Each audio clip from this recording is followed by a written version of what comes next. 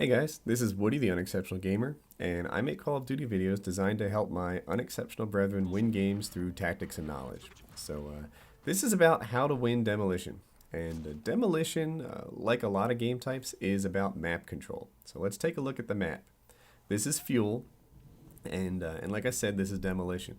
So first thing is where the enemy spawns. The enemy on this map is going to spawn right there. And that's important because where they spawn in proximity to the bomb sites matters which bombs, impacts which bomb sites are the most important. So this is the Alpha bomb site, and over here is the Bravo bomb site, right there. When you're going for the Alpha bomb site, you have to have map control over it, and this is the area that you need to control to either plant or defend the Alpha bomb site. And this building here is the thing that you need to control to plant or to defend the Bravo bomb site. And let's take a look at how my team and I work together and get this done.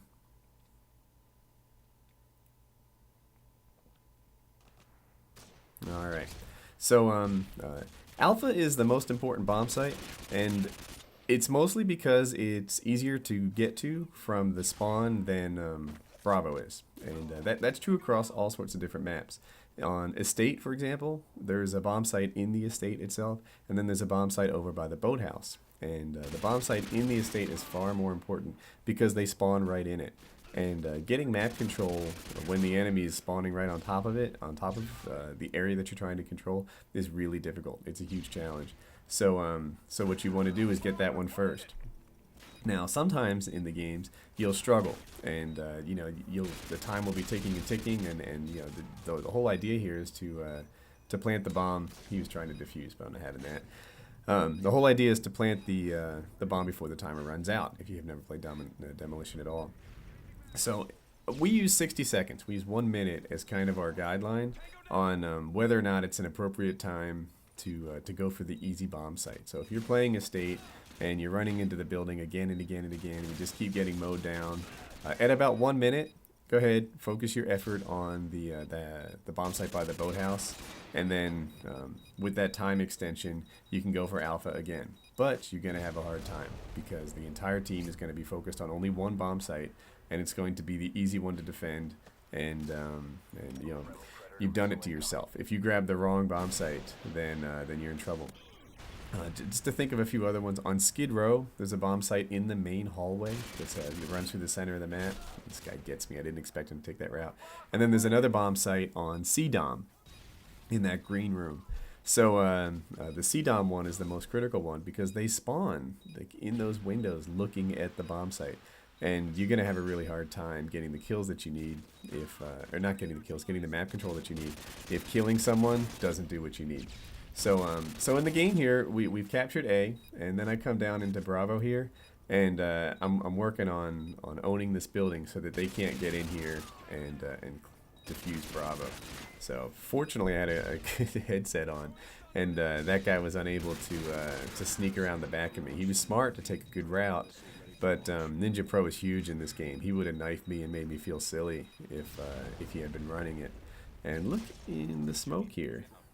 There was a bad guy. I had no idea. I don't know how that would have worked out, if I would have gotten another kill or if I would have gotten owned by him. But as it was, I'll take the tie. I was on a kill streak. I don't want to die. So now we're on defense, and our team spread out a bit, and the other team focuses most of their effort. Well, I don't know if they focus most of their effort on it, but they split their effort between Alpha and Bravo when they would have been smarter to put all their time into Alpha. So this map is huge. I spend most of my time in this game on this map, this room is huge. And I spend most of my time in this game in this room because it's the trick for either owning the map and making sure that you can control Alpha, or it's the trick for owning the map and making sure that they can't plant it. So I'm in here. There's two entrances. One is right there, the stairway that I just looked at, and the other is the doorway. It's just to my right on the other side of that wall. I don't do anything really well to help point out that other entrance, but there's two ways up. And if you were to work this room and control Alpha with claymores by those steps, that would be a really effective technique. The only downside is, I'm a YouTube commentator, and if I sit in one room with claymores at the top of each steps, then people fuss at me, and I'm a little concerned people are going to fuss at me, even for this play. And by the way, they managed to take Bravo, but like I said earlier, that wasn't really a good thing for them. They get the time extension, and I guess that's cool, but they're going to have a challenge because they're trying to take Alpha, and we're going to spawn near Alpha. And with that being the case, they would have to be a much better team than we are to take away map control enough to get Alpha when we're spawning on top of it every time they kill us. And if you want to move the spawn, then take note of where you spawn as you play the game. And if you notice that the enemy is spawning there, go to that spot. They're not going to spawn on top of you, or if they do, they'll only do it, one or two guys before the spawn flips and goes somewhere else. So, we do this a lot. We'll say, oh no, they're spawning in a place that we don't want them to be. Get behind them, own that part of own their spawn, and then that can be the key to owning the bomb site that you need. So, I looked at that right there a lot of times, and I did not have the crosshairs on that pipe, but pipes kind of suck in Semtex grenades sometimes. So, they managed to plant the bomb somehow. I was looking in the wrong direction, but I come over here to support the bomb diffuser. So, when there's a guy who's defusing the bomb or planting the bomb, his life is more important than yours. Ideally, what you're doing is you're killing anyone who comes near him, and allowing him to do his job, which is to plant or to defuse. But if it comes to the point where you find a situation where you can die and distract them and keep him alive long enough to get his job done, then that's not a terrible thing to do. If you die and you help get that bomb plant off, then that's a good thing. But ideally, you don't want to die.